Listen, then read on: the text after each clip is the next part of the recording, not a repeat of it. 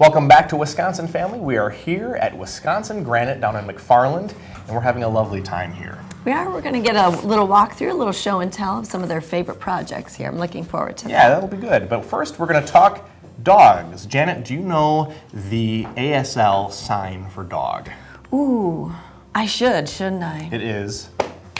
Oh, nice. Because if you're inviting the dog to come out there and you snap. And how did you know that? You're Research. just a treasure trove.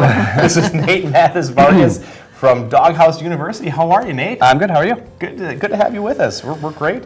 So, you know, a lot of people are thinking about, you know, going on vacation and so forth, things like that, or maybe they just got a new dog and they have to work during the day. Obviously, we want to make sure that we socialize our furry friends. Yes. So what are some things that prospective daycare clients should ask of their daycare provider?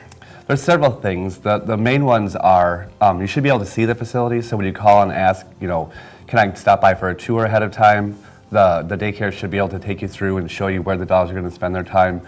It gives you a sense of security that you know the space is adequate for what they have there.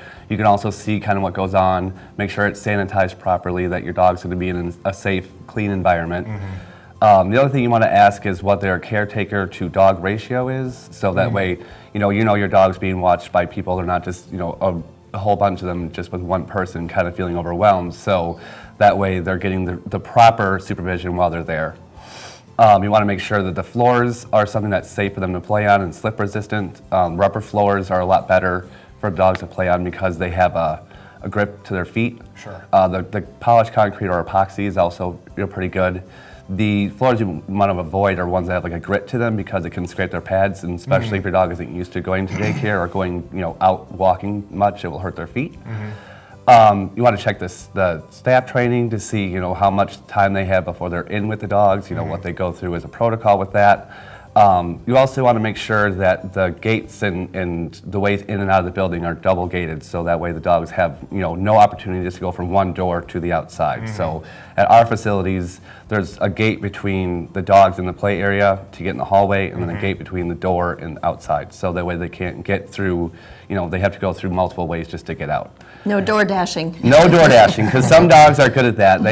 We have a few dogs who know how to open the gate, so if they open one, there's still another one to stop them before they get to a door. You have a chance to catch them. Exactly. Yeah. So the other things you want to make sure is that the facility is, like, we are International Boarding and Pet Service Associated. They have some sort of affiliation with some checks and balances of what their facility is supposed to do as far as caring for dogs, because in Wisconsin, there's no regulations for dog daycare, so we want to make sure that at least they're following some protocol. Right, and that makes sense. Those are the big ones. And with the exception of maybe like the floor considerations, that sounds exactly like what you'd consider if you were thinking of taking your child to a daycare. Exactly. All of those things. So. I mean, to a lot of people, this is their baby. This is their child, so you want to make sure that you're taking it to a facility that knows what they're doing, and then just open up. And taking care of dogs is fun, but there's also a lot of stuff you have to do with it to make sure that it's good fun. Right, of course. Well, I can't imagine dropping off your dog or your kid to a place that you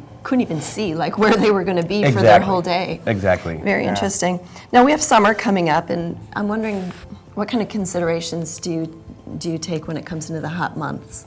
Well, a lot of people assume because they're, it's warmer outside, they can take the dog for a walk, it's, lighter out longer, that they won't need daycare as much. But, socialization is the big one, to make sure that their dog maintains the same level of socialization. And also, dogs playing outside can get really hot and really quickly. So if they're playing outdoors too much, they can get overheated and then they can get sick, where the facilities that we run, and most of them are air temperature controlled, so they're can play inside at a normal degree, and they're not going to get overheated, and they still have the same energy burned off. Right. Oh, I see. So if it's hot outside, they're not getting as much exercise because it's too hot to exercise. Yeah, it's too hot, especially for dogs with no muzzle, like bulldogs and Boston Terriers. They get overheated really quick. Those really short noses. They really fast. So you want to make sure that those dogs aren't spending too much time outside. Right. What are some signs that people might want to look for that their dog is getting overheated? They're heavy panting. They can't seem to relax. They're trying to move around to lay down too much. Obviously, the drooling and all that stuff is going to be very noticeable, and they can't catch their breath, basically. Even if they're just walking, they can't catch their breath. Okay. And we have just under a minute left, but tell us what are some new things that are going on at Doghouse University this We're summer? very excited. We're starting a new reservation system. Right now, we kind of just take phone calls, and it's very old school, but we're doing a more customer-focused reservation system where the customers will actually be able to like access their account and manage it all from their side, because technology is so important nowadays that being able to see that stuff and do it on your own is a big deal. And we've worked with the company for a long time to make it happen. So we're having an app that will be available for customers to see their reservations, buy packages, and the stuff that they need to do. So we're really excited about it. It's about time. That is very exciting. That's Yeah. very exciting stuff. Well, Nate Mathis-Vargas, thank you for joining us today. So much good information. And if you have a furry friend that needs a place to go and play and meet others, look no further than Doghouse University. Don't go away. There is more Wisconsin Family coming up right after the break, so stick around.